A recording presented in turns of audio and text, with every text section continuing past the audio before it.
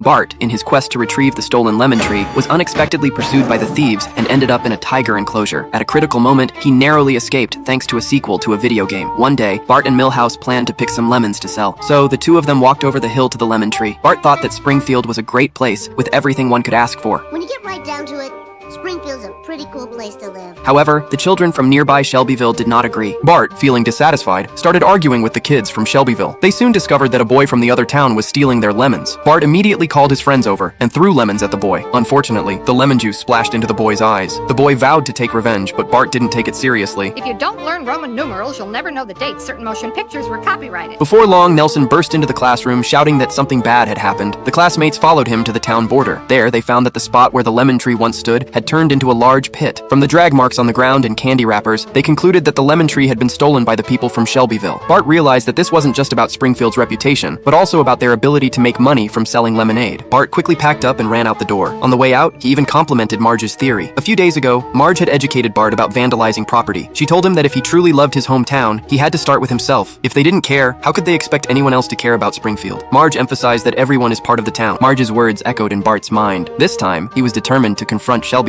First, he found Milhouse, who was at home rummaging through his closet for a combat outfit. Milhouse imagined that wearing camouflage would make him invisible to the enemy. The team was led by Bart, with Milhouse and Nelson as the supporting members. They stealthily infiltrated Shelbyville, hiding all the way to avoid detection. When they arrived at the square, they still hadn't found any trace of the lemon tree. Duffman suggested splitting up to search, and Bart divided the group into 3 teams. Meanwhile, Marge learned from Lisa that Bart had gone to the neighboring town to fight. Marge didn't want Bart to turn into a delinquent. She and Homer planned to go to Shelbyville and bring them back. Flanders, worried about the kids, first called the police station across the street. However, they told him they wouldn't come unless they saw the kids in the morgue. Marge blamed herself, thinking that if she hadn't made those demands, Bart wouldn't have gone off to fight. Homer reassured Marge that there was no need to blame herself. With Bart's combat skills, accomplishing that mission wouldn't be easy. Besides, the solution was simple. Just rush to Shelbyville and bring the kids back. Homer immediately gathered the other parents and hopped on Flanders' rescue vehicle to head to Shelbyville. Meanwhile, Bart and Milhouse found the boys from Shelbyville on the street. Bart decided to disguise himself and infiltrate the enemy. He used makeup to alter his appearance, but was immediately questioned due to his unfamiliar face. The boys took him to the hilltop, forcing him to spray graffiti on the wall saying Springfield was a jerk. Bart pretended to comply, but secretly changed it to Springfield rules, jerk, and revealed his identity at the critical moment.